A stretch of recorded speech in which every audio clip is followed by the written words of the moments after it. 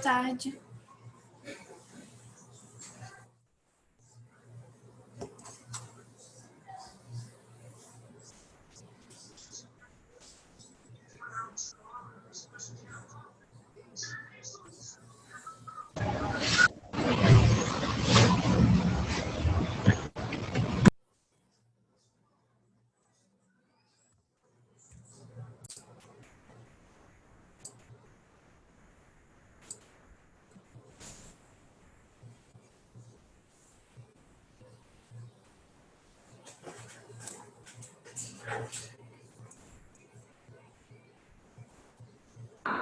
Bom, pessoal, boa noite.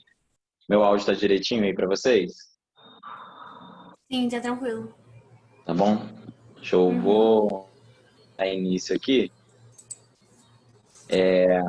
falando um pouquinho do que a gente viu na aula passada, né, no último encontro. A gente estava falando das operações com conjuntos, né, e aí a gente terminou falando da diferença. Acho que a interseção também já tinha sido, talvez. Mas bem, a gente está falando das operações, foi a união, a interseção, a diferença e o conjunto complementar, né? Acho que a diferença é aquilo que o conjunto tem de diferente do outro, que está sendo relacionado ali, né? E o complementar é essa ideia do que falta em um conjunto para ficar completo de fato, né? De fato. E a gente começou a falar dos conjuntos numéricos, que são aqueles conjuntos que têm como elementos os números, né? Esses são os conjuntos que talvez tem uma utilidade para matemática maior, né? A matemática que a gente usa aí na parte mais teórica, né? E aí cada um desses conjuntos tem um papel para a matemática, né? Cada um desses conjuntos aí tem um motivo de estar ali para a matemática. E eles serviram também na evolução dos povos por um motivo, mas para a matemática ele aparece de um outro modo. E aí eu estou focando aqui nesse momento, né, nessa revisão geral aí, nessa parte do por que cada um desses conjuntos é importante para a matemática. Tá bem? Então a gente falou do conjunto dos números naturais, que recebe esse nome, né, porque é justamente o conjunto daqueles números que foram os primeiros a aparecer, né, aquele que é fácil imaginar por que apareceram, desde que os homens estavam lá nas cavernas que eles contam, né? E esse conjunto, esses elementos que estão nesse conjunto, são os elementos utilizados para contagem, né? 1, 2, 3, 4, 5. Posteriormente apareceu o zero. Só que esse conjunto ele tem uma limitação. Qual é a limitação, né? Dentro das operações que a gente faz com esses números, duas operações se comportam muito bem. Duas operações são bem definidas, que é a adição e a multiplicação. Tá?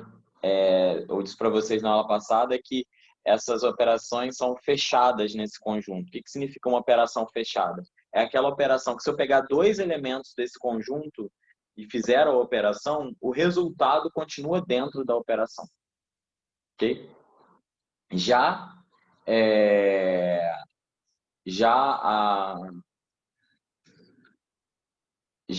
a multiplicação também funciona assim, né? Mas eu tô tentando achar qual é. Achei.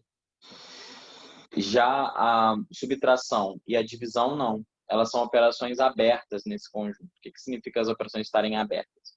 Significa que quando eu pego dois elementos do conjunto dos números naturais, por exemplo, o 2 e o 5, e eu faço a subtração, né, o 2 menos 5, o resultado gerado não é um elemento do conjunto dos números naturais.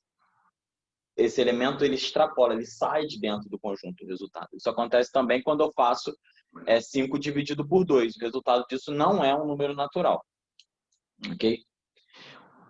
O que a gente vai fazer a partir de agora é ficar realmente aumentando esse conjunto, né? Eu tenho dos números naturais. Eu vou criar uma parte a mais desse conjunto para que o resultado seja satisfeito, né? Dessas duas operações que deram ruim aí para a gente, a subtração e a divisão, a partir de agora vão ter uma representação nesse novo conjunto.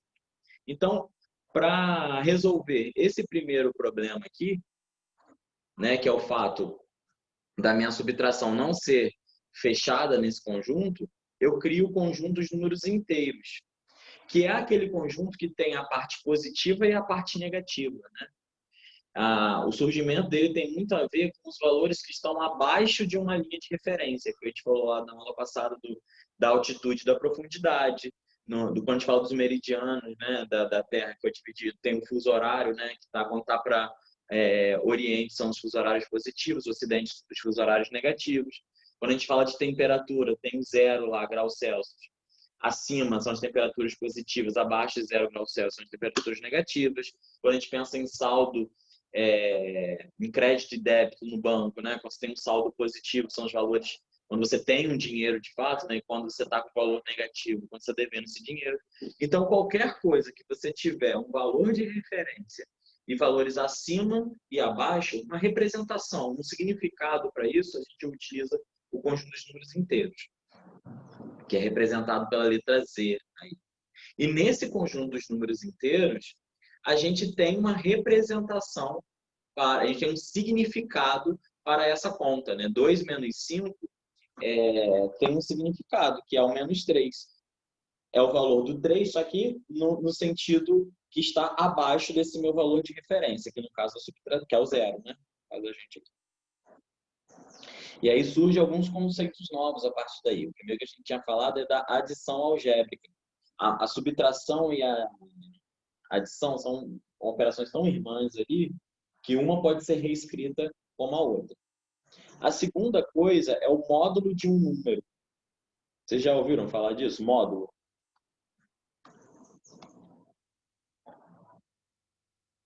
O módulo de um número tem a ver com o seguinte.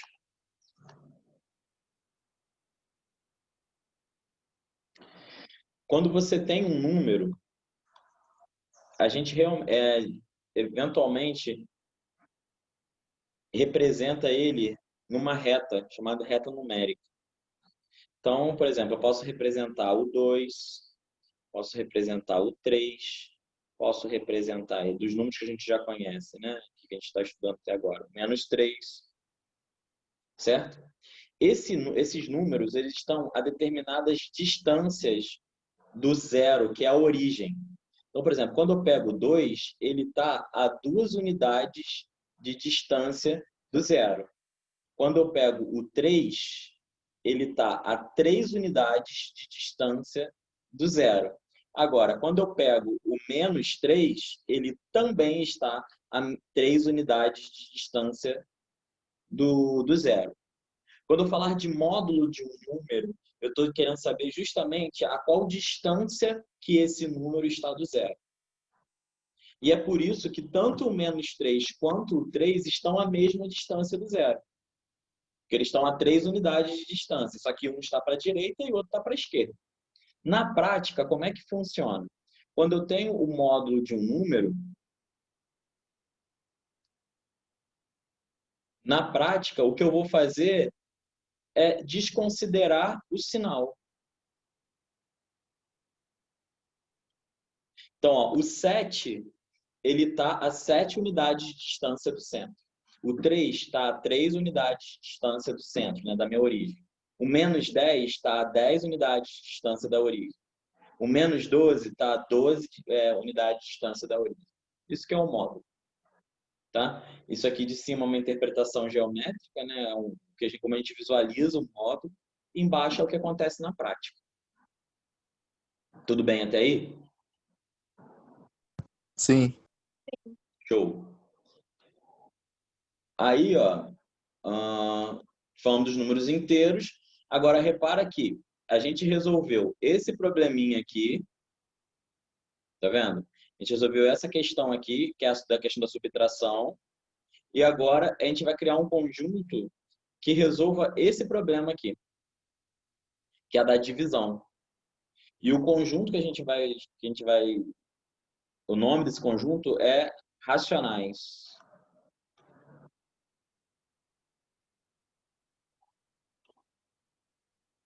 A palavra racionais vem de razão, né?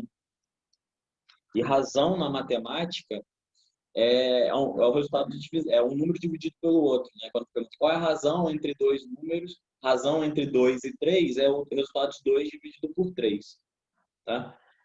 Então, o conjunto dos números racionais, ele é composto por todos os números, ele é denotado pela letra Q, já explico por quê.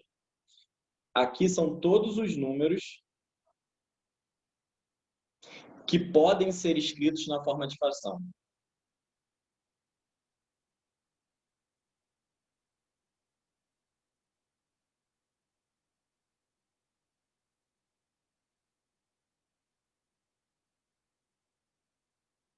Qualquer número que puder ser escrito na forma de fração está dentro desse conjunto.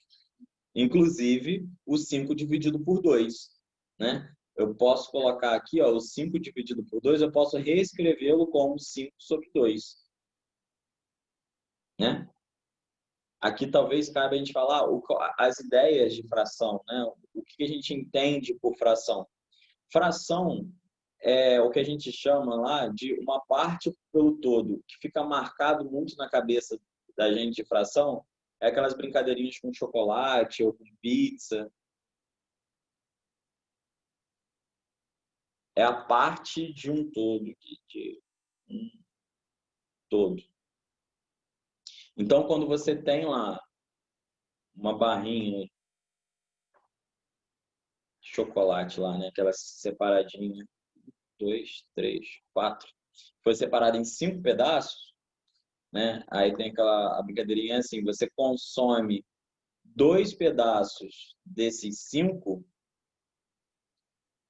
você escreve 2/5, porque eu tenho 2 partes de um todo que foi dividido em 5. Então, esse elemento aqui de cima, chamado de numerador, ele diz quantas partes você vai tomar, e essa parte aqui de baixo, o 5, é chamado de denominador, né? Vem de denominar. Ele dá o nome, ele dá o formato dessa fração. E diz em quantas partes aquele inteiro foi dividido. E aí eu tenho o tal de 2/5, né? Então, esse grupo de coisas, esse grupo de elementos que vai aparecer agora, são todos os números que podem ser escritos dessa maneira. É claro que, para fazer isso, a gente tem algumas interpretações diferentes. Por exemplo, esse exemplo que eu te dei aqui é o exemplo característico de fração. É o exemplo que vem da necessidade de criar fração. Apareceu daí, de você ter um inteiro e você não querer utilizar todo esse inteiro. Isso aparece muito com medidas, né? Por exemplo, quando você vai medir a altura de uma pessoa, eu tenho 1,80 m. Para falar 1,80 m, eu usei 1 metro inteiro, mas esse 80 que eu estou falando são 80 centímetros. É uma fração de 1 metro. Eu não estou utilizando o metro todo, né? Eu não tenho uma quantidade inteira de medidas, né? Eu não tenho 2 metros inteiros. Eu tenho 1 metro e uma parte desse metro, que são os 80 centímetros que sobram, né? Então, a ideia da fração aparece muito daí, de você pegar um inteiro e quebrar ele. Parece muito na medição. Eu acho que é uma das primeiras e mais simples maneiras de ver isso. Quando você tem, de fato, um inteiro e quebrou uma parte, a gente tem uma coisa que a gente fala na matemática, é um conceito próprio. E a gente fala que essa fração é uma fração própria, porque ela, de fato, fala daquilo que a fração nasceu para ser, que é a parte de um inteiro. Ah, Matheus, mas quando que isso não acontece? Não acontece quando essa fração é imprópria. Vou mostrar para você. Ela vai ser imprópria quando ela denotar o seguinte, ó.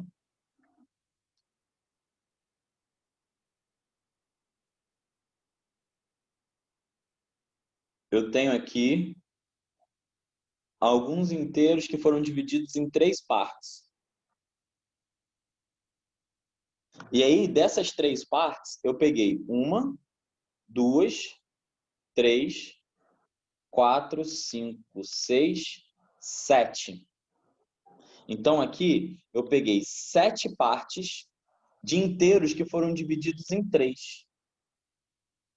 Por que isso daqui é chamado de impróprio? Porque eu tenho mais que um inteiro. Eu não tenho... fui falar junto com escrever, eu escrevi errado. Imprópria. É uma fração imprópria. Essa fração é imprópria porque ela extrapola o conceito que eu tinha antes. Essa fração representa mais que uma parte de um todo, porque ela representa mais que um todo. Ela é mais que o meu inteiro. Para fazer essa fração, para representar essa fração, eu precisei utilizar 3 inteiros. Usei 2 completamente e peguei um. Parece artificial, mas é justamente o que acontece com a minha altura. A minha altura lá, 1,80 m que eu disse para vocês, eu tenho um inteiro, que é 1 metro, e eu tive que pegar mais 80 centímetros de um segundo metro para fazer a minha altura.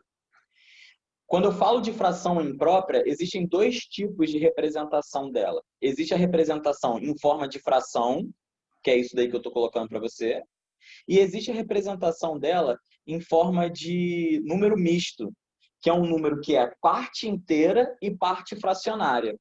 Como é que representa? Olha no desenho aí. Eu tenho 2 inteiros preenchidos e eu tenho ainda 1/3 do terceiro inteiro. Isso aqui que é a representação em número misto. Mas aí eu sempre tenho que desenhar para fazer isso? Não, eu não tenho que sempre desenhar.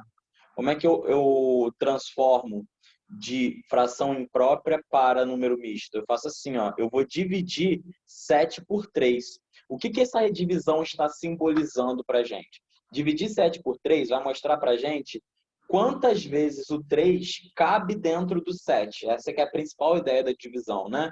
Separar em grupos e tudo mais, mas uma das principais é, quando eu divido 7 por 3, eu estou dizendo quantas vezes o 3 cabe dentro do 7. E aí 7 dividido por 3 dá 2, 2 vezes 3 dá 6, para chegar até 7 dá 1. O que está dizendo aqui?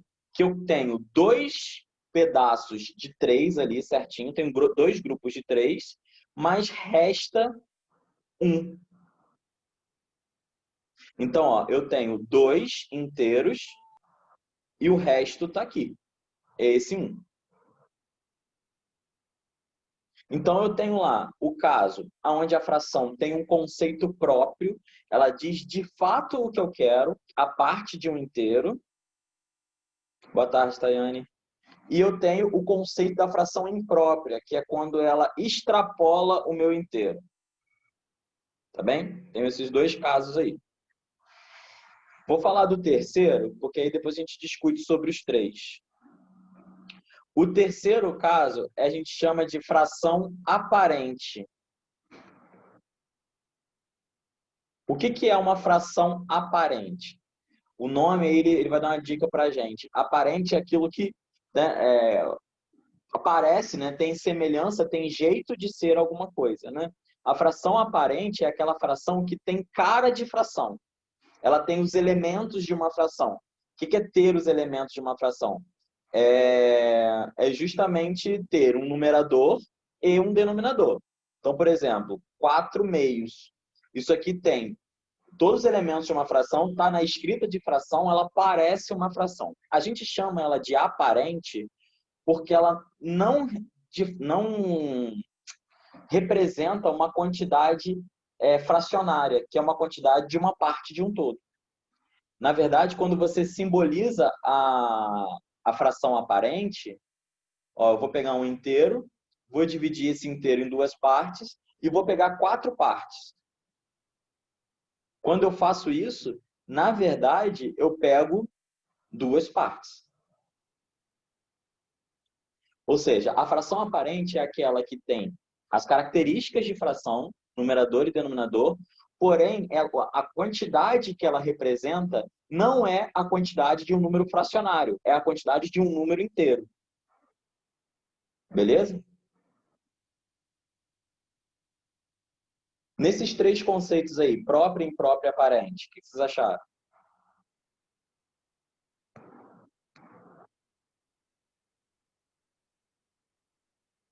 Tudo bem? Por enquanto, tranquilo. Show. O que é mais importante desses 3 não é saber o nome, tá? O nome próprio, impróprio, aparente ajuda para você ter uma ideia lá do que você está falando, né? Inclusive para você falar sobre. Mas o que é mais importante da gente saber aqui é o que essas quantidades representam. Quando eu falo de uma fração própria, eu estou falando de uma quantidade que está abaixo de um inteiro. Então, por exemplo, 2/5 é 0,4. Essa quantidade é um número que é menor que um inteiro.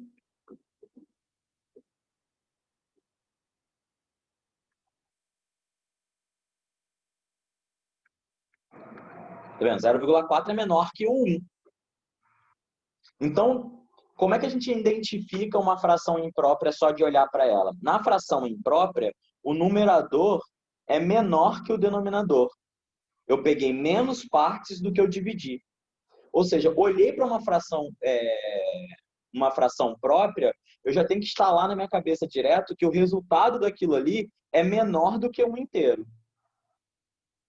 Aliás, se eu prestar atenção aqui eu posso pensar até além. Quando eu penso em 2/5, a metade de 5 é 2,5, né? Metade de 5 é 2,5.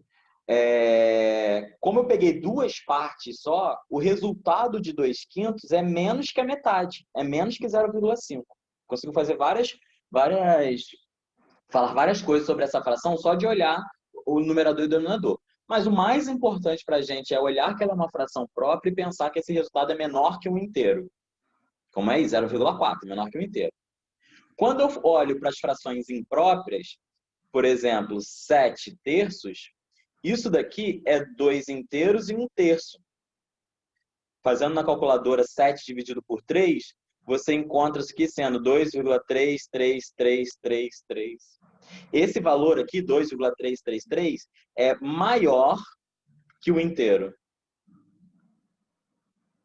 Maior que 1. E a aparente é exatamente uma quantidade de inteiros, né? 2 inteiros nesse caso. Quando eu falo de fração aparente, o conjunto das frações aparentes é justamente o conjunto dos números inteiros, que é o conjunto que estava lá atrás, agora há pouco. Tá bem? O que é mais importante do conjunto dos números racionais é a gente saber que esse conjunto, denotado pela letra Q por quê? O nomezinho que a gente dá para o resultado da divisão é quociente. Esse Q vem de quociente. A gente chama o conjunto de quociente justamente que é o resultado de todas as divisões. Ele pega e abraça o resultado de todas as divisões. Então, o conjunto Q são todos os números que podem ser escritos na forma P dividido por Q, aonde P é um número inteiro e Q também é um número inteiro. Só que esse Q a gente coloca um asteriscozinho aqui, porque ele não pode ser zero. Não existe uma representação para divisão por zero, né? Eu posso pensar assim, eu tenho 0 balas e quero dividir para 2 amigos. Cada amigo vai ficar com 0 bala, porque eu não tenho nada para dividir. Agora, o contrário eu não consigo pensar. Se eu tenho 2 balas e eu não tenho amigos para dividir, eu não divido. Eu não faço essa conta, né? Então, a gente exclui a possibilidade, isso é muito importante, vai aparecer em outros conceitos aí para frente. É muito importante que a gente exclua a possibilidade do Q ser zero. Tá bem? E já que o conjunto dos números racionais é esse conjunto que fala das frações, é importante a gente estudar um pouco elas, né? As frações, elas têm representações. Um número que é fracionário, ele pode ser representado de diversas maneiras. Então, só fazer um adendozinho aqui, que são as representações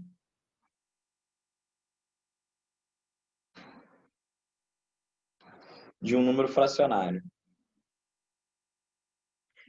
Ele pode estar representado na forma de decimal,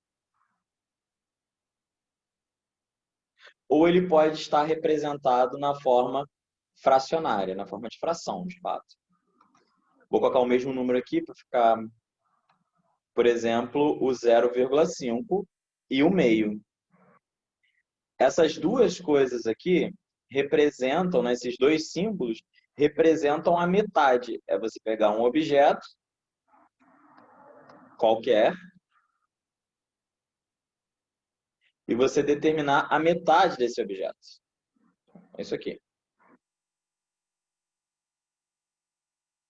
Só que um está numa maneira, no modo decimal e o outro está na forma fracionária. Tá, por que eu tenho dois? Quando eu uso cada um? Enfim, né? A forma decimal, ela tem umas vantagens, inclusive na nossa fala, às vezes, né? No dia a dia, talvez a gente use mais a forma decimal do que a forma fracionária. Então, quando eu penso em decimal, eu falo da minha altura, que eu tenho 1,80 m, eu falo do valor sei lá, de uma barrinha de cereal, que é 2,50. Eu tenho R$2,50. Esses 50 centavos corresponde a uma fração do real, né? O centavo é uma fração do real. Então, na nossa fala do dia a dia, a forma decimal ela é predominante. A forma fracionária tem uma representação melhor, no sentido que a gente consegue fazer inferências sobre o objeto de uma forma mais clara, usando a forma fracionária. Quer dizer, a gente consegue falar sobre aquilo, você é mais ou menos que a metade, maior ou menor, a gente consegue comparar essa grandeza um pouco melhor usando a forma fracionária. E ela é uma forma mais geral. Porém, as duas precisam entrar em diálogo. Quando a gente lê um número fracionário, automaticamente a gente tem que pensar que aquele número, né, aquela quantidade, representa tanto um número, ele pode ser representado tanto por um número decimal, quanto por um número fracionário. E eu tenho que ser capaz de passar e transitar entre essas duas representações. Como que a gente faz isso? Então, eu vou primeiro falar como que a gente passa de fração para decimal. Ué.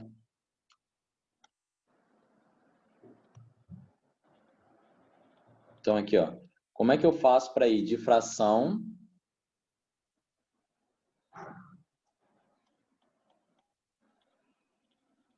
para decimal?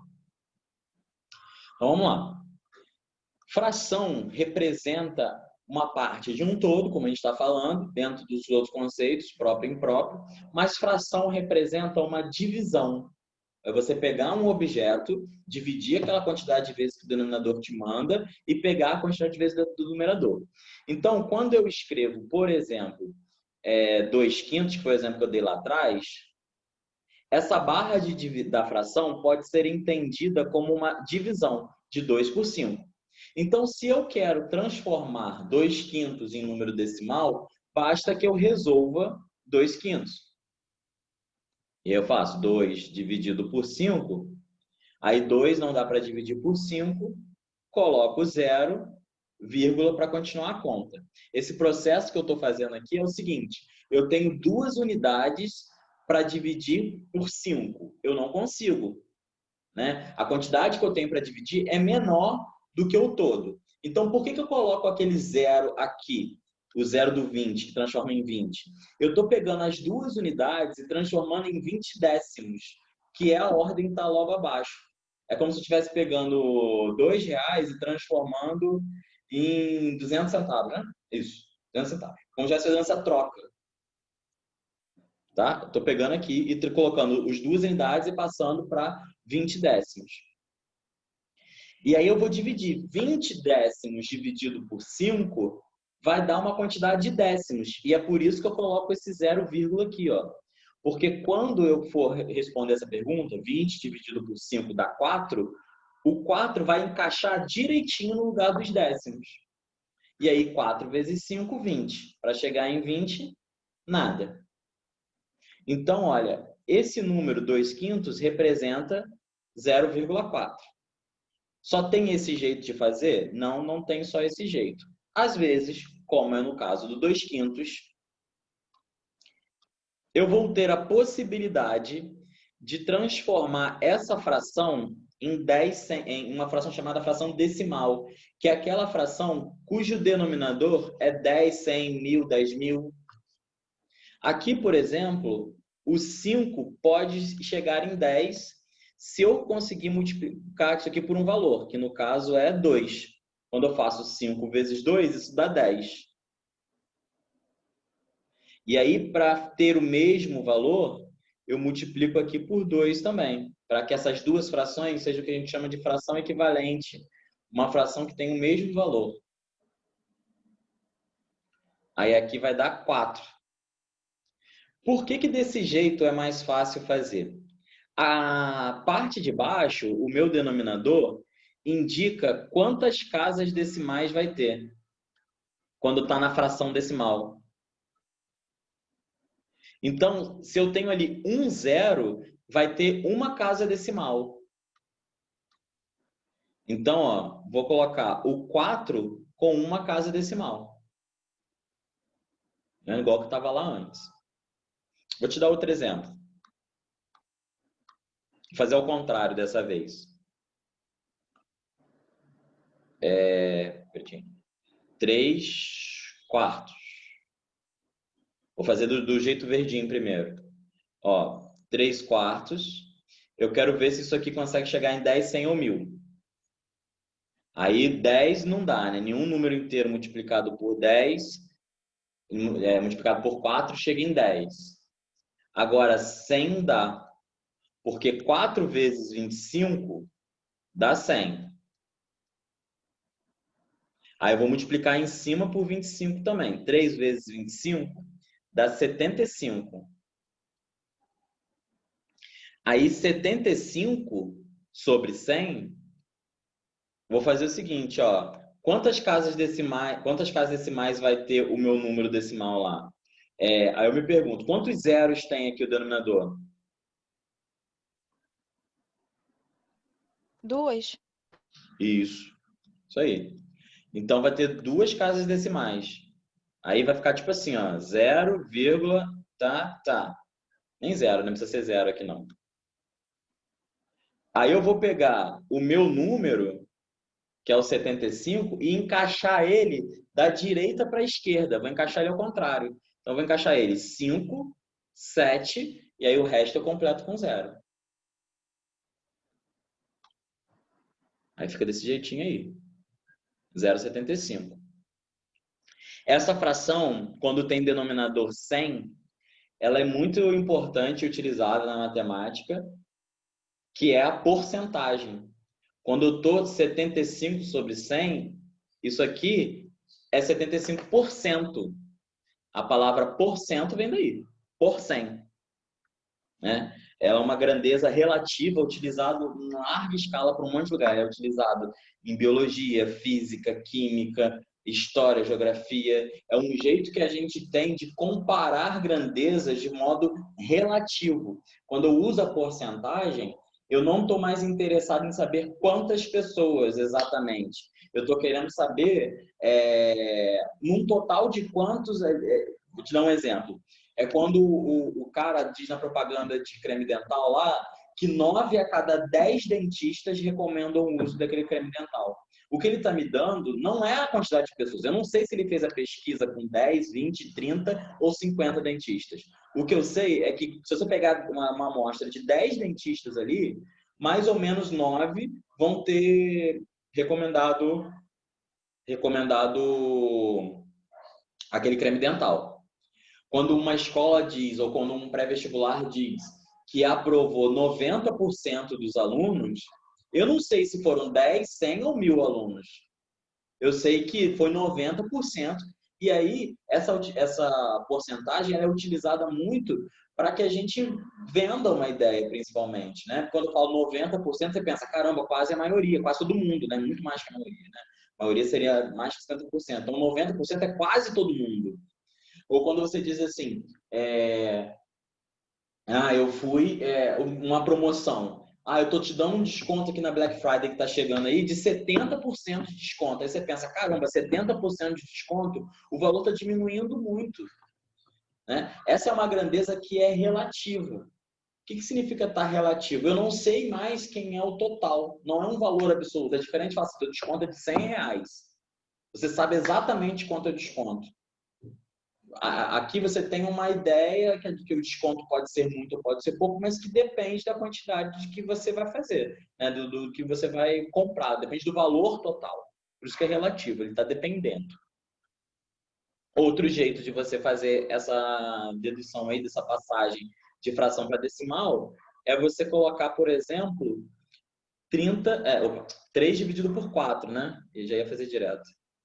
Ó, 3 dividido por 4.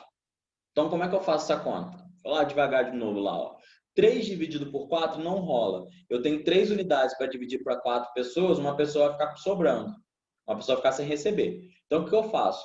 Eu vou transformar essas 3 unidades em 30 décimos. Eu desço uma ordem lá. Coloco o zero para fazer essa transformação. Agora, eu tenho 30 décimos.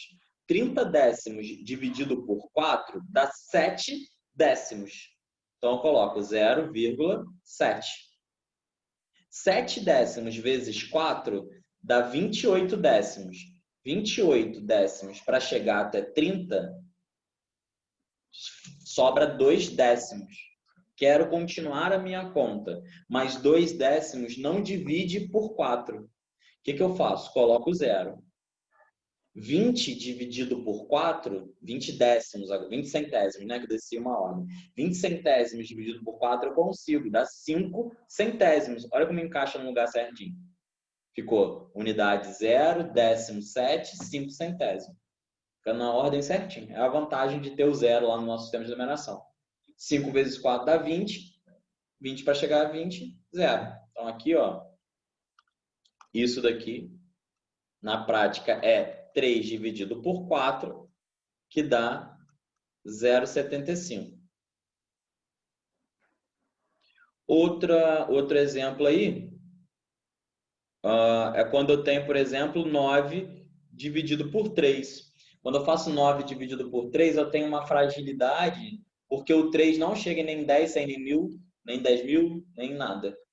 Então, eu tenho que fazer 9 dividido por 3, que dá 3 inteiros. Né? Uma fração aparente. Outro exemplo aí deixa eu pensar aqui, um exemplo bom para fazer.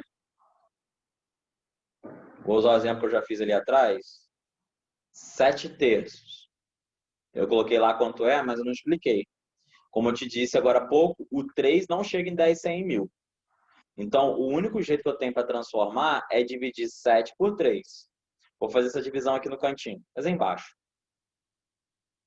7 dividido por 3 vai dar 2. 2 vezes 3 dá 6. 6 para... Ficou apertadinho. 6 para chegar... Vou subir aqui um pouco. Peraí. Pensei que eu vou usar muita linha aqui. Deixa eu subir para cá mais um bocadinho. Então, 7 dividido por 3 dá 2. 2 vezes 3, 6. 6 para chegar até 7 dá 1. Quero continuar a conta. O que eu faço para continuar a conta?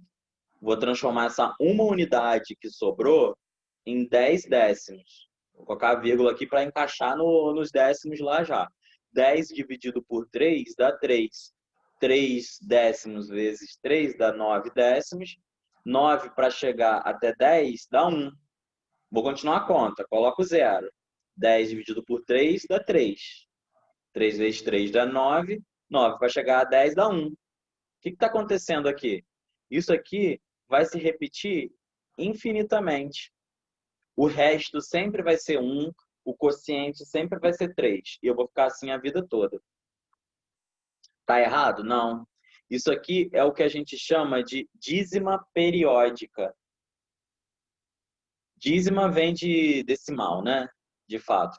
É um número decimal que tem representação infinita.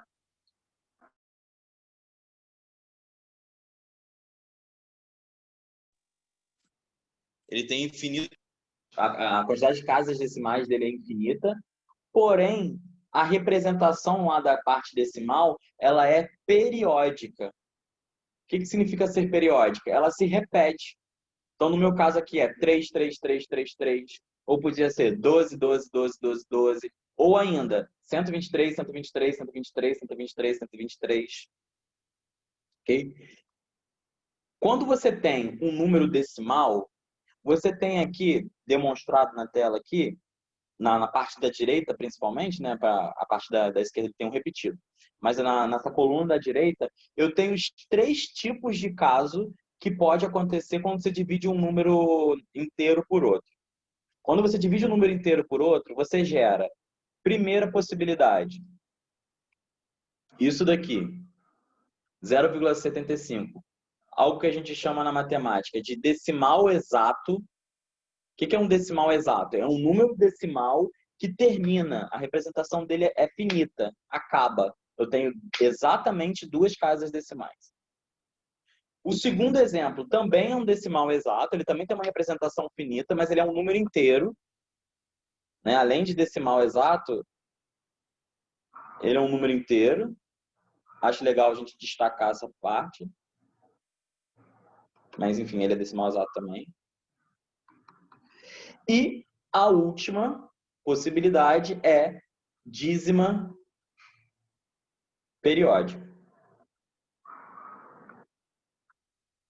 Ok? Só existem essas 3 possibilidades. Não existe outra possibilidade quando você divide um número por outro. Você fala assim, Matheus, você está... Né? Por que você está me falando isso agora? Isso não é óbvio que só tem essa 3 possibilidades? Não, não é óbvio. Porque a gente vai ver na próxima aula, no próximo encontro, a gente vai ver que existem as dízimas não periódicas. Aquelas dízimas, aqueles valores que a representação decimal, a quantidade de casas decimais é infinita, porém os números se comportam, eles são aleatórios. Os valores se repetem aleatoriamente, não tem um padrão formado ali. O que acontece? Algumas divisões são enganadoras para a gente. Vou mostrar para você aqui, ó. Vou abrir uma aba nova, vou pegar uma calculadora. Calculadora do Google mesmo. Vê se vai aparecer aí. Tem um exemplo. Deixa eu ver se eu sei de cabeça. Essa aqui é uma calculadora já que acho que é mais científica. Abriu aí a calculadora para vocês? Tá carregando, né? Eu vou fazer, ó, 14 por 17. Olha o que acontece quando eu faço 14 por 17. Isso daqui tá acabando porque normalmente a calculadora tem uma quantidade máxima de dígitos, né? Ela tem uma quantidade limitada de dígitos. Ela não te mostra todos os dígitos possíveis, não. Então, quando eu coloco 14 por 17, ela me mostra essa quantidade de dígitos ali. E nessa quantidade de dígitos, eu não consigo identificar o período. Parece que é uma sequência aleatória de números. Os números não se repetem. Quer dizer, até o 2 se repete ali, mas não tem um padrão de formação. Como tem, por exemplo, se eu fizer 25 dividido por 11. Ó, se eu fizer 25 dividido por 11, tá vendo? É 2,27, 27, 27, 27, 27. Aparece esse 3 aqui porque ele aproxima. Ele aproxima o próximo número para dar uma resposta final. Tá? Aí o que acontece? Se eu for numa calculadora mais forte, tem aqui, ó, Wolfram Alpha. Eles têm uma calculadora aqui que é mais potente, calcula um monte de coisa pra gente. Estou abrindo aqui, daqui a pouco aparece aí para vocês. Se eu for numa calculadora mais potente e colocar 14 dividido por 7, 17, desculpa. Ele vai fazer uma coisa aqui que vocês vão ver, ó. Ele vai me dar várias informações sobre o 14 dividido por 17. Ó, ele me disse aqui, esse input aqui é o que eu coloquei, é o que eu quis dizer, né? Quando eu coloco 14 dividido por 7, é isso que eu quis dizer. E aqui aparece a aproximação decimal. Tá vendo? Quando eu olho a aproximação decimal, eu consigo ver mais do que aquela minha outra calculadora tinha medido. Tá vendo? E aqui eu posso pedir cada vez mais dígitos, mais dígitos, mais dígitos, mais dígitos. Quando eu peço essa quantidade de dígitos absurda, eu consigo ver, deixa eu achar aqui, ó, que depois de algum momento os números vão começar a se repetir. Tá vendo? Começa 8, 2, 3, 5, 2, 9. E aqui, ó, volta para cá, tá vendo? Aqui começa a repetir de novo, ó, 8, 2, 3, 5, 2, 9. Aí depois mais para cá, 8, 2, 3, 5, 2, 9. Tá vendo? Aqui embaixo, em algum lugar, ele vai me dizer isso. Ou cadê? Ele me diz, é o aqui. Tá vendo? Ele me diz que é um decimal que se repete, é uma dízima periódica, e que o período tem essa quantidade de algarismos aqui, ó. Essa barrinha em cima indica a quantidade de números que estão se repetindo. Aí você fala assim, Matheus, tá, tudo bem, mas eu vou ter que ficar descobrindo isso na hora de fazer uma prova, vou ter que olhar para esse número e vou ter que ficar dividindo até achar o período? Não, não vai ter que fazer isso. Mas o que é importante você saber? Que quando você divide um número inteiro pelo outro, você só tem essas três possibilidades que estão mostradas aqui. Ou você vai encontrar decimal exato, ou você vai encontrar um decimal exato que é um número inteiro, ou você vai encontrar uma dízima periódica. O que você não pode acreditar de jeito nenhum, que é o que muitas vezes a gente cai no engano sem querer, justamente porque o período, que é essa parte que repete, demora para aparecer, como no exemplo do 1417 avos, é você acreditar que uma fração vai gerar uma dízima não periódica. Isso você não pode acreditar nunca, jamais. Frações, o conjunto dos números racionais, ele é composto de três tipos de elementos, que quando representados... Dois tipos de elementos, vou falar dois agora de uma vez só. Decimais exatos e dízimas periódicas. E aí dentro do decimal exato tem um número inteiro. Tá? Só tem essas duas possibilidades. Ok? Falei muita coisa direto sem perguntar se tá tudo bem, né? Como é que tá aí?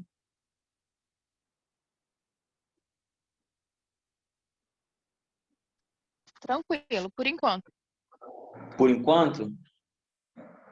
Tá. Como que a gente piora isso? Boa notícia, não piora. É só isso aí mesmo. Para transformar de fração para decimal, é só isso mesmo. Acho que eu não vou conseguir fazer aqui com vocês, a tempo da aula acabar, né, que acaba às 6h30, a volta, que seria a transformação de decimal para fração. Tá? Mas o que vai complicar um pouquinho só são os casos das dízimas periódicas. Mas aí eu vou fazer de um jeitinho que eu acho que vai ficar mais tranquilo para vocês. Porque transformar decimal exato para fração, a gente faz exatamente o processo inverso do que a gente fez aqui. A gente vai ver quantas casas decimais tem. Vou fazer essa parte aqui que já fica mais fácil e a gente deixa a dízima periódica para o próximo encontro só. Então aqui eu vou fazer de decimal para fração. Vou aproveitar aqui esse tempinho. Então, por exemplo, se eu tenho lá 0,35, eu quero transformar em fração. Como é que eu faço? Eu vejo aqui, ó, quantas casas decimais tem? 2. Se eu tenho 2 casas decimais, eu vou pegar o número sem a vírgula, que é o 35, sem zero, sem nada, coloco 35 ali, e vou dividir por 100, porque o 100 tem 2 zeros. A quantidade de casas decimais vai indicar a quantidade de zeros. Só isso. O que eu posso fazer aqui para melhorar o meu problema, e em geral, fração a gente faz, é simplificar. O que significa? Dividir o mesmo número em cima e embaixo pela mesma quantidade, né? Então, 35 dividido por 5 dá 7, 100 dividido por 5 dá 20. Mais um exemplo. Se eu tiver 14, que é um número inteiro, é um decimal exato que é um número inteiro, né? O que eu faço? 14, o denominador que está aqui, quando tiver um número inteiro, é sempre 1. Então, isso aqui é 14 dividido por 1. Você pode pensar que que o 14 não tem não tem casas decimais, e o 1 também não tem zeros. Quando eu tenho outro exemplo, 3,14, que é a aproximação de π. Eu escrevo como? Eu pego 314, que é o número sem a vírgula, e vou dividir por 100, porque tem 2 casas decimais. Último exemplo, 0,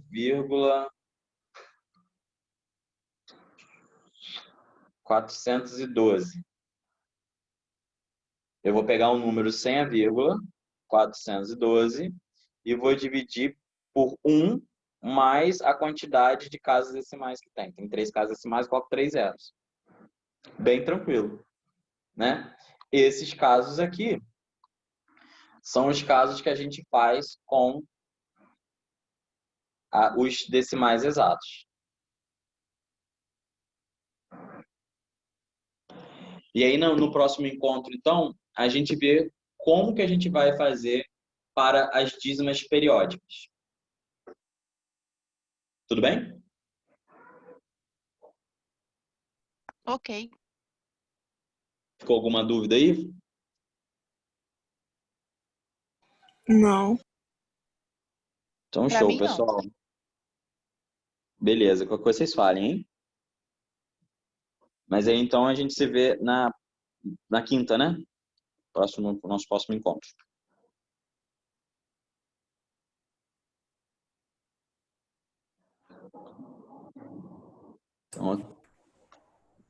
Então, até logo, pessoal. Tchau, tchau.